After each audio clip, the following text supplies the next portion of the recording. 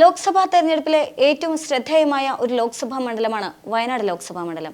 യഥാർത്ഥത്തിൽ ദേശീയ തലത്തിൽ പോലും വലിയ തരത്തിലുള്ള ചർച്ചയിലേക്ക് പോലും നീങ്ങിയിരുന്ന ഒരു രാഷ്ട്രീയ സാഹചര്യമായിരുന്നു 2019 ലോക്സഭാ തെരഞ്ഞെടുപ്പ്. കാരണം 2019 വയനാട് ലോക്സഭാ മണ്ഡലത്തിൽ മത്സരിച്ചത് രാഹുൽ ഗാന്ധിയാണ് എന്ന ഒരൊറ്റ കാരണം കൊണ്ട് മാത്രം അത്ര വലിയ തരത്തിൽ അല്ലെങ്കിൽ ദേശീയ തലത്തിൽ തന്നെ ഏറെ ചർച്ച ചെയ്യപ്പെടുകയും ദേശീയ തലത്തിൽ തന്നെ ശ്രദ്ധ നേടുകയും ചെയ്ത ഒരു മണ്ഡലമാണ് വയനാട് ലോക്സഭാ മണ്ഡലം. ആ വയനാട് ലോക്സഭാ മണ്ഡലത്തെ പറ്റി ഇക്കുറിയും വലിയ തരത്തിലുള്ള ചർച്ചകൾ നടന്നിരുന്നു. വയനാട് ലോക്സഭാ മണ്ഡലത്തിൽ കോൺഗ്രസിന്റെ ഭാഗത്തു നിന്നും ആദ്യമേ ഒരു തീരുമാനം വന്നിട്ടുണ്ടായിരുന്നു. അതായത് ഇത്തവണ കോൺഗ്രസിന്റെ ഭാഗത്തു നിന്നും മത്സരിക്കുന്നവരെല്ലാം തന്നെ സിറ്റിംഗ് MP-മാർ മാത്രമാണ് എന്നുള്ള. അതുകൊണ്ട് തന്നെ വയനാട് ലോക്സഭാ മണ്ഡലത്തിൽ സ്വാഭാവികമായും സിറ്റിംഗ് MP ആയിട്ടുള്ള രാഹുൽ ഗാന്ധി തന്നെ മത്സരിക്കും എന്നുള്ള വാർത്തകൾ പുറത്തു വന്നിട്ടുണ്ടായിരുന്നു. അതേസമയം ആ വയനാട് ലോക്സഭാ മണ്ഡലത്തിൽ കണ്ണുവെച്ചുകൊണ്ട് മറ്റ് കോൺഗ്രസിന് ഉള്ളിലെ തന്നെ ഘടകകക്ഷികളും മുന്നോട്ട് വന്നിട്ടുണ്ടായിരുന്നു. അതുകൊണ്ട് തന്നെ വലിയ തരത്തിലുള്ള ചർച്ച കേരളത്തിലാണെങ്കിലും അതുപോലെ തന്നെ ദേശീയ തലത്തിലാണെങ്കിലും വയനാടിനെ സംബന്ധിച്ച് ഉണ്ടായിരുന്നു എന്നുള്ളതാണ്. പക്ഷേ ആ ചർച്ചകൾക്കെല്ലാം തന്നെ വിരാമമാവുകയാണ്. പക്ഷേ പുതിയ ചർച്ചയ്ക്ക് തുടക്കം കുറിക്കുകയുമാണ്. കാരണം രാഹുൽ ഗാന്ധി അമേഠിയിൽ മത്സരിക്കുന്നു എന്നുള്ള വാർത്തകളാണ് ഇപ്പോൾ പുറത്തു വരുന്നത്. അത് ഏറെക്കുറെ ഉറപ്പിച്ച ലക്ഷണവുമാണ്. കാരണം അമേഠിയിൽ സ്മൃതി ഇറാനിയുടെ ഒരു വെല്ലുവിളി ഉണ്ടായിരുന്നു. രാഹുൽ ഗാന്ധിയോട് ധൈര്യമുണ്ടെങ്കിൽ വീണ്ടും അമേഠിയിൽ മത്സരിക്കൂ എന്ന് അവർ വെല്ലുവിളിക്കുന്ന സാഹചര്യം ഉണ്ടായിരുന്നു.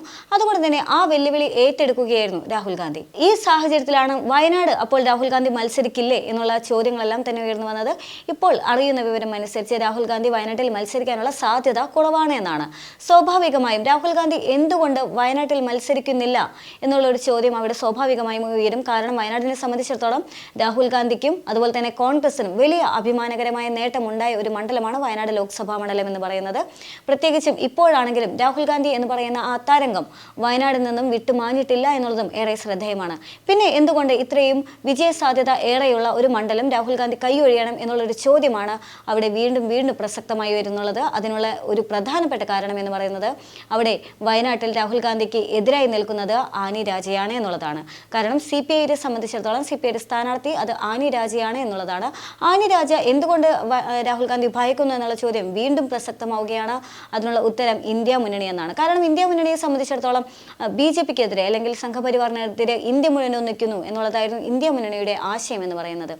ഈ ആശയം ഒരുപക്ഷെ ലോക്സഭാ തെരഞ്ഞെടുപ്പ് അടുക്കുന്ന സാഹചര്യത്തിൽ ആ ആശയത്തിന്റെ കെട്ടുറപ്പ് പല തവണകളായിട്ട് കൊഴിഞ്ഞു പോകുന്നതായി കാണാൻ സാധിക്കും. അതായത് നിതീഷ് കുമാറിന്റെ പോലും കൂടുമാറ്റം എന്ന് പറയുന്നത് വലിയ തരത്തിലുള്ള ചർച്ചയുണ്ടായതാണ്. അതുപോലെ തന്നെ RLD-യുടെ ആണെങ്കിലും അത്തരത്തിലുള്ള എല്ലാ നീക്കങ്ങളും വലിയ തരത്തിൽ യഥാർത്ഥത്തിൽ ഇന്ത്യ മുന്നണിയെ അല്പം പിടിച്ചു കുലുക്കിയിട്ടുണ്ട് എന്നുള്ളത് തന്നെയായിരുന്നു ചർച്ചകളെല്ലാം തന്നെ വന്നിട്ടുണ്ടായിരുന്നത്. ഈ സാഹചര്യത്തിലാണ് CPI അല്ലെങ്കിൽ CPM എന്ന് പറയുന്ന ഇടതു മുന്നണി ഇപ്പോഴും ഒറ്റക്കെട്ടായി തന്നെ ഇന്ത്യ മുന്നണിയോട് കൂടെ തന്നെ നിൽക്കുന്നത്. സ്വാഭാവികമായും ഇന്ത്യയിലെ മറ്റെല്ലാ സംസ്ഥാനങ്ങളിലും യഥാർത്ഥത്തിൽ കോൺഗ്രസ് അവരുടെ ഒരു സഖ്യമായി ചേർന്നുകൊണ്ട് അവരുടെ സീറ്റുകൾ അല്ലെങ്കിൽ അവരോട് ചേർന്ന് നിന്നുകൊണ്ട് ഒരു ഐക്യപ്പെടലോടുകൂടിയാണ് മത്സരിക്കാനെത്തുന്നത്. പക്ഷേ കേരളത്തിലെ സാഹചര്യത്തിൽ കേരളത്തിലെ രാഷ്ട്രീയ സാഹചര്യം ദേശീയ തലത്തിൽ നിന്നും തീർത്തും വ്യത്യസ്തമാണ്. കാരണം കേരളത്തിലെ കോൺഗ്രസും CPI-എമ്മോ CPI-യോ എന്തായാലും ഇടതു മുന്നണിയായിട്ട് യാതൊരു തരത്തിലുള്ള ഒരു കൂടിച്ചേരൽ ഉണ്ടാവുക എന്ന് പറയുന്നത് ഒട്ടും സാധ്യതയില്ലാത്തൊരു കാര്യം തന്നെയാണ്. അതുകൊണ്ട് തന്നെയാണ് ഇത്തവണ രാഹുൽ ഗാന്ധി ഇപ്പോൾ വയനാട്ടിൽ മത്സരിക്കുന്ന സാഹചര്യത്തിൽ രാഹുൽ ഗാന്ധിക്ക് എതിരാളിയായിട്ട് അവിടെ ആനി രാജ എത്തുന്നത് CPI-യെ പ്രതിനിധീകരിച്ചുകൊണ്ട്. അപ്പോൾ പ്രത്യക്ഷത്തിൽ ഇന്ത്യ മുന്നണിയിലെ രണ്ട് ശക്തരായ നേതാക്കൾ തമ്മിൽ ഏറ്റുമുട്ടുന്ന ഒരു രാഷ്ട്രീയ സാഹചര്യത്തിലേക്കാണ് വയനാട് ലോക്സഭാ മണ്ഡലം സാക്ഷിയാകുന്നത് എന്നുള്ളതാണ്. അപ്പോൾ ഈ വയനാട് ലോക്സഭാ മണ്ഡലത്തിൽ അത്തരമൊരു പ്രത്യക്ഷമായിട്ടുള്ള ഒരു യുദ്ധത്തിന് തയ്യാറാകണോ? പ്രത്യേകിച്ചും ഇന്ത്യ മുന്നണി ഇത്ര വലിയ പ്രതിസന്ധിയിലൂടെ കടന്നു പോകുന്ന സാഹചര്യത്തിൽ ഇന്ത്യ മുന്നണിയുമായി തന്നെ ഒരു യുദ്ധത്തിന് തയ്യാറാകണോ എന്നുള്ള തീരുമാനങ്ങൾ ഒരുപക്ഷെ അത്തരത്തിലുള്ള ചിന്തകളായിരിക്കും രാഹുൽ ഗാന്ധിയെ ഈ വയനാട് എന്നുള്ള ലോക്സഭാ മണ്ഡലത്തിൽ നിന്നും പിന്തിരിപ്പിക്കാനുള്ള പ്രധാന കാരണം എന്ന് പറയുന്നത്. മറ്റൊരു കാര്യം എന്ന് പറയുന്നത് യഥാർത്ഥത്തിൽ രാഹുൽ ഗാന്ധിക്കെതിരെ വലിയ തരത്തിലുള്ള വിമർശനം ഉയർന്നു കേൾക്കുന്നത് അദ്ദേഹം ഇപ്പോൾ സിറ്റിംഗ് MP ആണ്. പക്ഷേ വയനാട്ടിൽ ഒരുപാട് പ്രശ്നങ്ങൾ ഉണ്ടായ സാഹചര്യത്തിലും രാഹുൽ ഗാന്ധിയുടെ പ്രസൻസ് അവിടെ ഉണ്ടാകുന്നില്ല.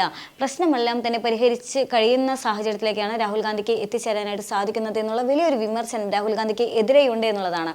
എന്നാൽ അതേസമയം തന്നെ രാഹുൽ ഗാന്ധിയെ സംബന്ധിച്ചിടത്തോളം രാഹുൽ ഗാന്ധി പറയുന്നത് അദ്ദേഹം എല്ലാ കാര്യങ്ങളും കൃത്യമായി ഇടപെടുന്നുണ്ട്, സഹായങ്ങളാണെങ്കിലും കൃത്യമായി എത്തിക്കുന്നുണ്ട് എന്നുള്ളതാണ്. പക്ഷേ ജനങ്ങളെ സംബന്ധിച്ചിടത്തോളം ആ സഹായങ്ങളൊന്നും തന്നെ ജനങ്ങളിലേക്ക് കൃത്യമായി എത്തുന്നില്ല എന്നൊരു പരാതിയുണ്ട്.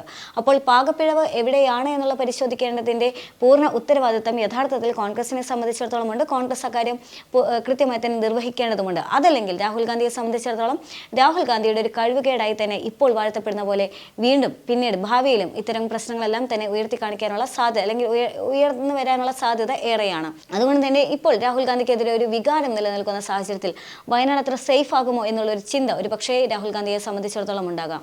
കാരണം അമേഠിയിൽ രാഹുൽ ഗാന്ധി മത്സരിക്കുകയാണെങ്കിൽ പഴയകാല ചരിത്രത്തിൽ യഥാർത്ഥത്തിൽ കോൺഗ്രസിന് മുന്നേറ്റം ഉണ്ടായിട്ടുണ്ടെങ്കിൽ പോലും സ്മൃതി ഇറാനിയുടെ ഒരു വരവ് അത് യഥാർത്ഥത്തിൽ രാഹുൽ ഗാന്ധിക്ക് തിരിച്ചടി തന്നെയായിരുന്നു.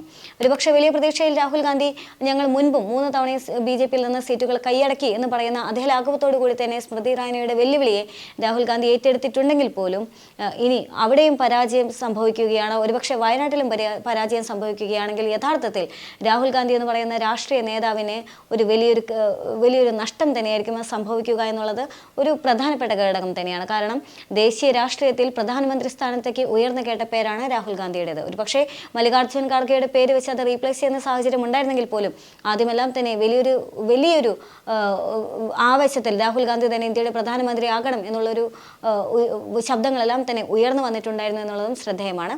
യഥാർത്ഥത്തിൽ ഇന്ത്യയിൽ ഇപ്പോൾ തൊഴിലില്ലായ്മ എന്ന് പറയുന്നത് ഒരു ഗുരുതര പ്രശ്നം തന്നെയാണ്. ആ തൊഴിലില്ലായ്മ ഉയർത്തിപ്പിടിച്ചുകൊണ്ട് തന്നെയാണ് ഇപ്പോൾ ഒരുപാട് യുവാക്കൾ രാഹുൽ ഗാന്ധിയോടൊപ്പം തന്നെ ഭാരത് ജോഡോ ന്യായ് യാത്രയിൽ അദ്ദേഹത്തോടെ കൂടെ ചേർന്നതെന്നുള്ളതാണ്. മറ്റൊരു പ്രധാന പ്രശ്നം എന്ന് പറയുന്നത് കർഷകരെ അദ്ദേഹം ചേർത്ത് നിർത്തുന്നു എന്നുള്ളതാണ്. ഇപ്പോഴത്തെ ഇന്ത്യയുടെ രാഷ്ട്രീയത്തിൽ കർഷകർ എന്ന് പറയുന്നത് ഒരു അവിഭാജ്യ ഘടകം തന്നെയാണ്. കർഷക സമരം സർക്കാരിനെതിരെ ഇത്ര വലിയൊരു പ്രക്ഷോഭമായി തന്നെ നിൽക്കുന്ന സാഹചര്യത്തിൽ രാഹുൽ ഗാന്ധിയിൽ ഒരു കർഷകർക്ക് ഒരു പ്രതീക്ഷയുണ്ട് എന്നുള്ളത് തന്നെയാണ്. രാഹുൽ ഗാന്ധിക്ക് പിന്നീട് കഴിഞ്ഞ തവണത്തെ ഭാരത് ജോഡോ യാത്ര മുതൽ അദ്ദേഹത്തിന്റെ ഇമേജിലുണ്ടായ ഒരു വർധനവ്, അദ്ദേഹത്തിന്റെ സ്വഭാവത്തിലും അദ്ദേഹത്തിന്റെ പെരുമാറ്റത്തിലും ഉണ്ടായ വലിയൊരു ലീഡർ അല്ലെങ്കിൽ ഒരു നേതാവ് എന്ന ഒരു ക്വാളിറ്റി, ആ ക്വാളിറ്റി ഇതുവരെയും നിലനിർത്താൻ അദ്ദേഹത്തിന് സാധിച്ചിട്ടുണ്ട്. ഇപ്പോൾ ഇന്ത്യ മുന്നണിയിലാണെങ്കിലും പോലും പല പ്രശ്നങ്ങൾ വരുന്ന സാഹചര്യത്തിൽ നേരിട്ട് ഇടപെട്ടുകൊണ്ട് 1 മണിക്കൂറോ 2 മണിക്കൂറോ നീളുന്ന ഒരു ഫോൺ ചർച്ചയിലൂടെ ആ ഒരു പ്രശ്നത്തിന് പരിഹാരം കാണാനായിട്ട് അദ്ദേഹത്തിന്റെ ഭാഗത്തുനിന്ന് ശ്രമം ഉണ്ടാവുകയാണ്.